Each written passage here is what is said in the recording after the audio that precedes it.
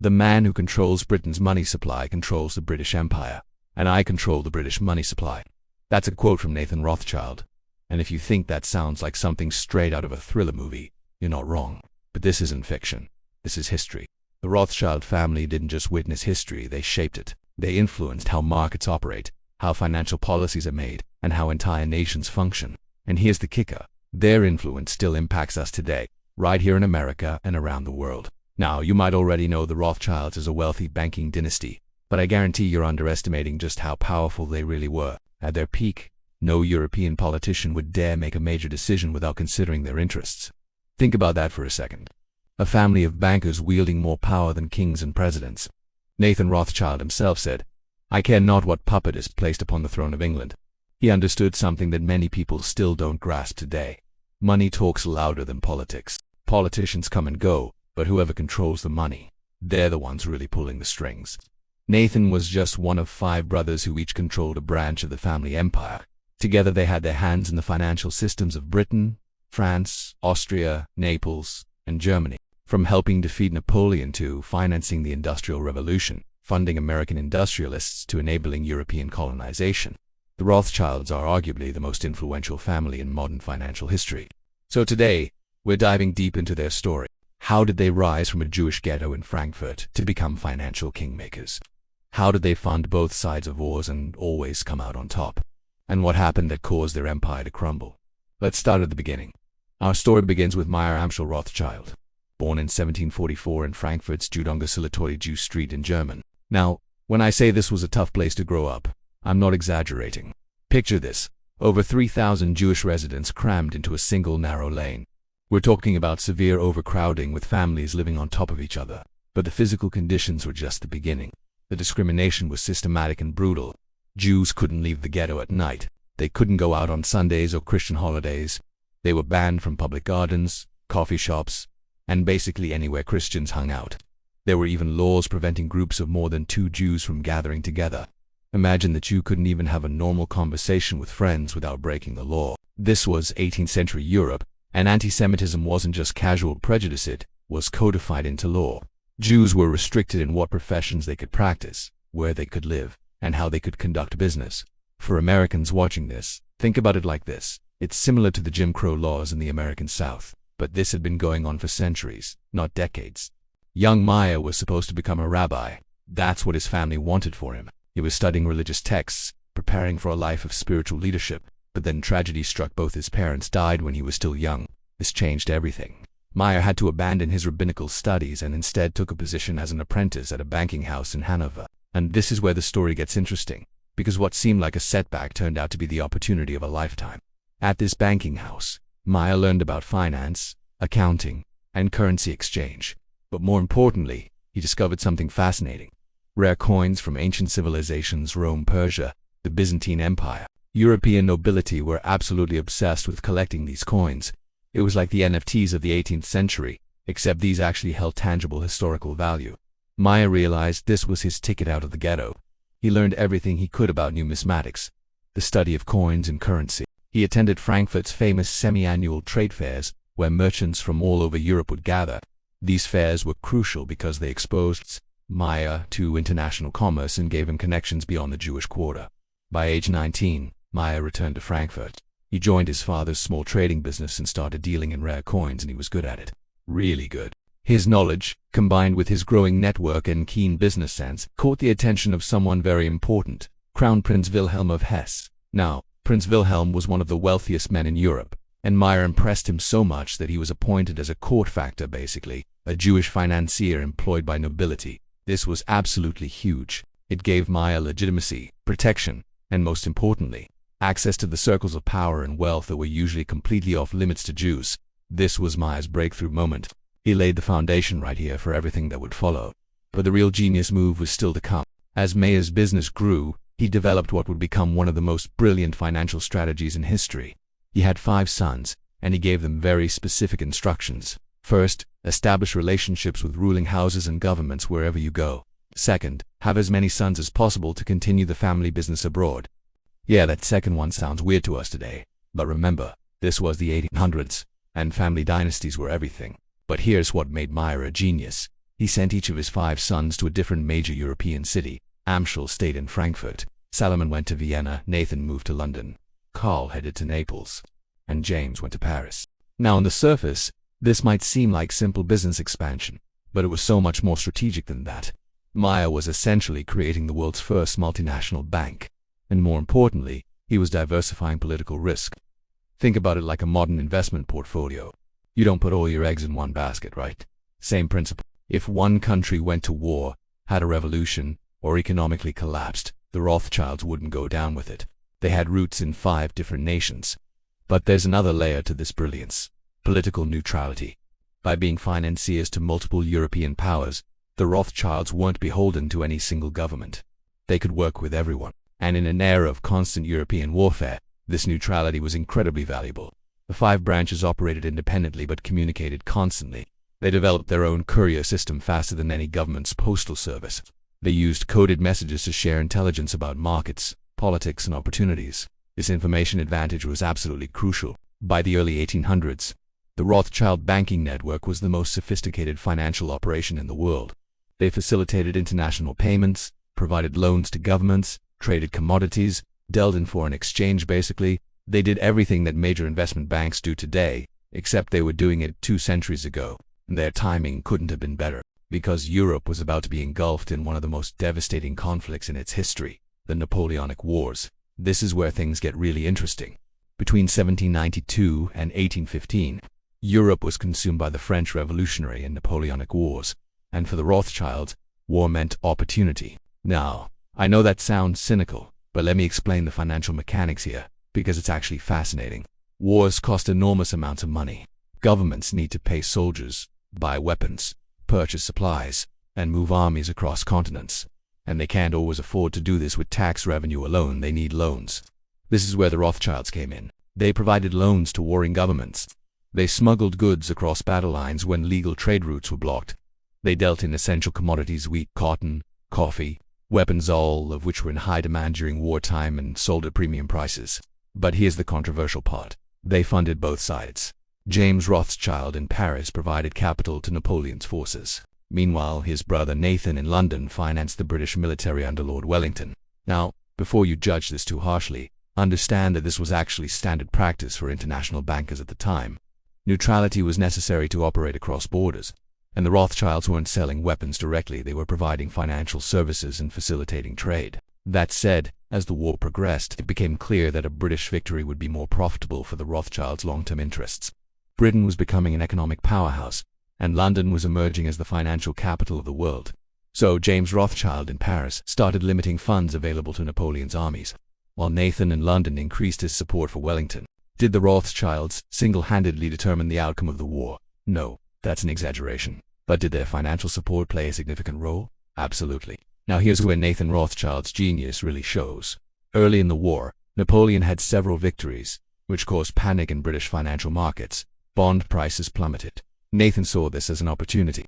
He bought up massive amounts of British government bonds at deeply discounted prices. This was a huge gamble. If Britain lost, those bonds would be worthless. But Nathan was betting on Wellington, and he had good reason to be confident. He was literally funding Wellington's campaign. Then came the Battle of Waterloo. On June 18, 1815. This was the decisive battle that would determine Europe's fate, and Nathan Rothschild had invested in something that gave him a critical advantage: his own private intelligence network. The Rothschilds maintained their own system of couriers, fast riders, and carrier pigeons that could deliver news faster than government postal services. Through this network, Nathan learned of Napoleon's defeat at Waterloo a full day before the British government received the news. Think about what this means from a trading perspective. Nathan knew Britain had won before anyone else in London did. He knew that when the news broke publicly, British bond prices would skyrocket, so he had a 24-hour head start to position himself. When the official news reached London and bond prices surged, Nathan sold his holdings at an enormous profit. Different historians estimate different amounts, but by some calculations, he may have made the equivalent of billions of dollars in today's money from this single trade. Napoleon had been relatively progressive for his time when it came to Jewish rights. He granted Jews equal citizenship and ended centuries-old discriminatory laws in France and territories he conquered. So, when the Rothschilds helped defeat Napoleon, there was a backlash from some in the Jewish community who saw them as traitors. But the real problems came from anti-Semites who saw the Rothschilds' success as confirmation of their prejudices. Conspiracy theories began to spread that a cabal of Jewish bankers secretly controlled European governments. These conspiracy theories would only grow over time. By the late 1800s and early 1900s, the Rothschilds became a focal point for anti-Semitic propaganda. The infamous forged document, The Protocols of the Elders of Zion, portrayed a fictional Jewish conspiracy to dominate the world, and it referenced the Rothschilds as supposed puppet masters. Let me be absolutely clear here. These conspiracy theories were and are complete nonsense. Were the Rothschilds wealthy and influential? Yes. Did they have relationships with governments? Of course, that was their business model. But did they secretly control the world? No. The reality is that the Rothschilds were successful bankers who operated in an era when banking dynasties wielded significant power. They were unique in this regard. There were other powerful banking families like the Barons in England or the Morgans and Rockefellers in America who came later. What made the Rothschilds different was their international reach and the fact that they were Jewish, which made them convenient targets for anti-Semitic conspiracy theorists. These conspiracy theories would tragically culminate in the Holocaust, when the Nazis used anti-Rothschild propaganda as part of their broader campaign against Jewish people. But we're getting ahead of ourselves. After Waterloo, the Rothschilds' real golden age was just beginning. After the Napoleonic Wars, the Rothschilds entered their golden age. And this is where their influence on the modern world really becomes clear, especially for American viewers. The Industrial Revolution was transforming the world. Factories were being built, railways were connecting cities, steamships were crossing oceans faster than ever before, and all of this required massive amounts of capital that the Rothschilds were uniquely positioned to provide. In Britain, the Rothschilds financed railway construction that connected the entire country. These weren't just transportation projects, they were economic lifelines that enabled the Industrial Revolution to spread throughout Britain and eventually to the rest of Europe. In France, after their defeat by Prussia in 1871, it was the Rothschilds who provided two massive loans that kept the French government afloat. Without this financing, France's economy could have collapsed entirely. But perhaps the most significant deal happened in 1875. The Khedive of Egypt was in financial trouble and needed to sell his shares in the Suez Canal Company. This was huge. The Suez Canal was one of the most strategically important waterways in the world, connecting the Mediterranean Sea to the Red Sea. The British Prime Minister Benjamin Disraeli wanted to buy these shares, but the British government didn't have £4 million readily available. This is like needing billions of dollars on short notice today. So Disraeli turned to Lionel de Rothschild. The Rothschilds provided the loan immediately, enabling Britain to become the principal stockholder in the Suez Canal Company. This strategic move gave Britain control over a critical trade route to India and Asia, reducing voyage times from weeks to days. It fundamentally changed the British Empire's ability to project power and conduct commerce. The Rothschilds also bankrolled European colonization of Africa. They funded Cecil Rhodes, who built his diamond fortune in southern Africa. Rhodes' company De Beers was partially controlled by the Rothschilds, and it would go on to dominate the global diamond trade for over a century. Now here's where it gets relevant to American viewers. The Rothschilds played a significant role in financing American industrialization too. In the 19th century, the United States was rapidly developing but needed massive amounts of foreign capital. European investors, including the Rothschilds, provided this capital. They owned a controlling share in the National City Bank of Cleveland, which provided crucial financing to John D. Rockefeller as he was building Standard Oil. Jacob Schiff had close ties to the Rothschild family. He was literally born in the Rothschild house in Frankfurt, advised Rockefeller on strategic business moves. Schiff helped Rockefeller secure rebate deals from railroads that gave Standard Oil a massive competitive advantage. So when we talk about American industrial titans like Rockefeller, we need to remember that their rise was partly financed by European capital, including Rothschild money. The Rothschilds didn't control American industry, but they certainly helped fund its expansion. There's also an interesting historical footnote about the creation of Israel. The Balfour Declaration of 1917, the British statement supporting the establishment of a Jewish state, was addressed to Lionel Walter Rothschild as a representative of the British Jewish community. Whether the Rothschilds influenced this policy decision is debated by historians. What is undeniable is that the family had been funding Jewish settlement in Palestine for decades and provided substantial support to the Zionist movement that eventually led to Israel's establishment in 1948. Beyond business, the Rothschilds were also major philanthropists. In Frankfurt alone, they managed about 30 charitable foundations, libraries, orphanages, hospitals, homes for the elderly, and educational institutions. They used their wealth not just to accumulate more wealth, but to give back to their communities. The family received incredible honors. All 5 of Mayer's sons became barons of the Austrian Empire. Lionel de Rothschild became the first Jewish member of British Parliament. Another family member became the first Jew elevated to British peerage. For decades, it seemed like the Rothschilds could do no wrong. Their fortune and prestige grew with each generation, but as we all know, nothing lasts forever.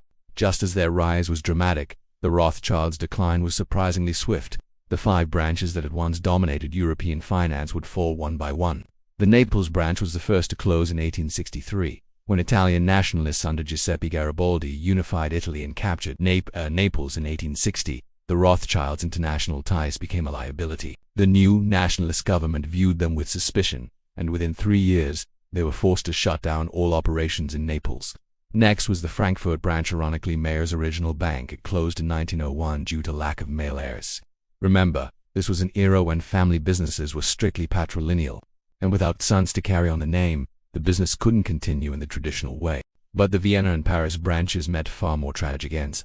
When the Nazis rose to power and annexed Austria in 1938, the Vienna Rothschilds were targeted immediately. Family members fled for their lives. Those who stayed, like Baron Louis Nathaniel de Rothschild, were imprisoned. Louis was held hostage and only released after the family paid an enormous ransom and surrendered their extensive property holdings, businesses and art collections, including one of the finest private art collections in Europe. All of it was seized by the Nazis in France. The Vichy governance, the Nazi puppet regime, seized Rothschild properties during World War II. The Paris branch survived the war but couldn't survive French politics. In 1982, under a socialist government, the Rothschild Bank in Paris was nationalized. The state took control, effectively ending the Rothschilds' presence in French banking. It's almost poetic in a dark way. Napoleon, whom the Rothschilds helped defeat, had his revenge delivered by the French government nearly 2 centuries later. By the late 20th century, only the London branch remained of the original 5. But here's the remarkable thing. Even after all these setbacks, the Rothschilds didn't disappear. They adapted.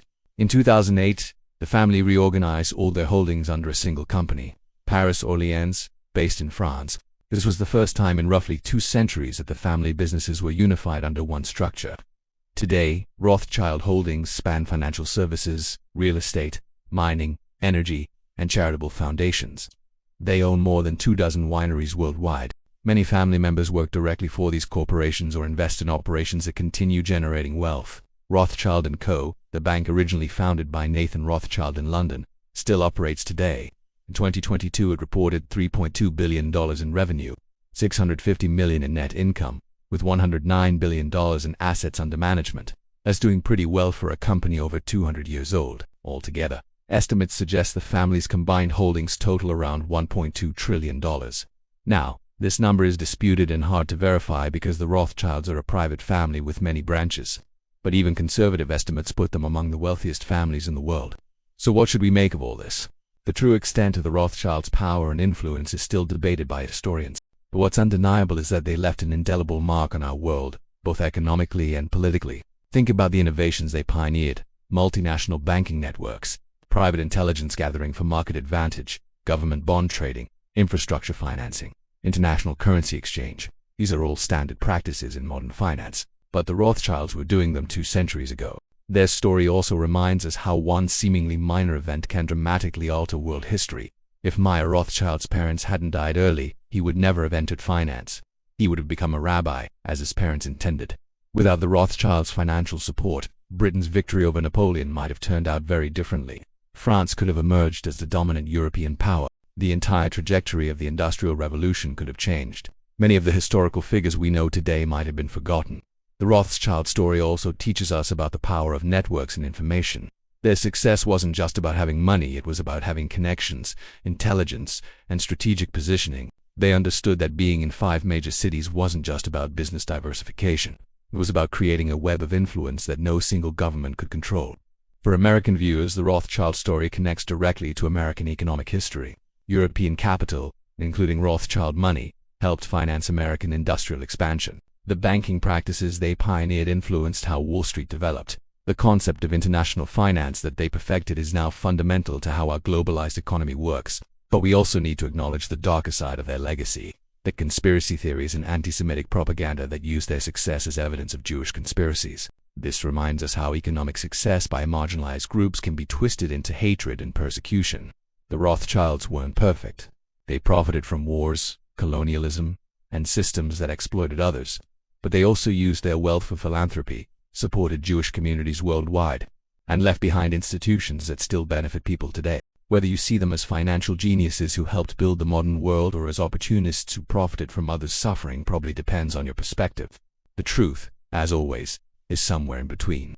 What we can say for certain is that the Rothschilds fundamentally shaped how modern finance works. From government bonds to international banking, from currency exchange to infrastructure financing, their innovations became the blueprint for how global finance operates today. So the next time you hear about investment banks, international finance, or multinational corporations, remember, a lot of those concepts trace back to a Jewish family from a Frankfurt ghetto who figured out that money and information were the real sources of power in the modern world. And that's the story of the Rothschilds, the family that outsmarted Napoleon and helped build the financial world we live in today. If you made it all the way to the end, I really appreciate you sticking around. This was a deep dive into one of history's most influential families, and I hope you learned something new today. If you enjoyed this video, please hit that like button and subscribe to the channel. We're going to be diving into more fascinating stories about the people and events that shaped our modern world. Let me know in the comments, what other historical families or financial stories would you like to hear about? The Medici, the Morgans, the Rockefellers? Let me know. Thanks for watching, and I'll see you in the next one.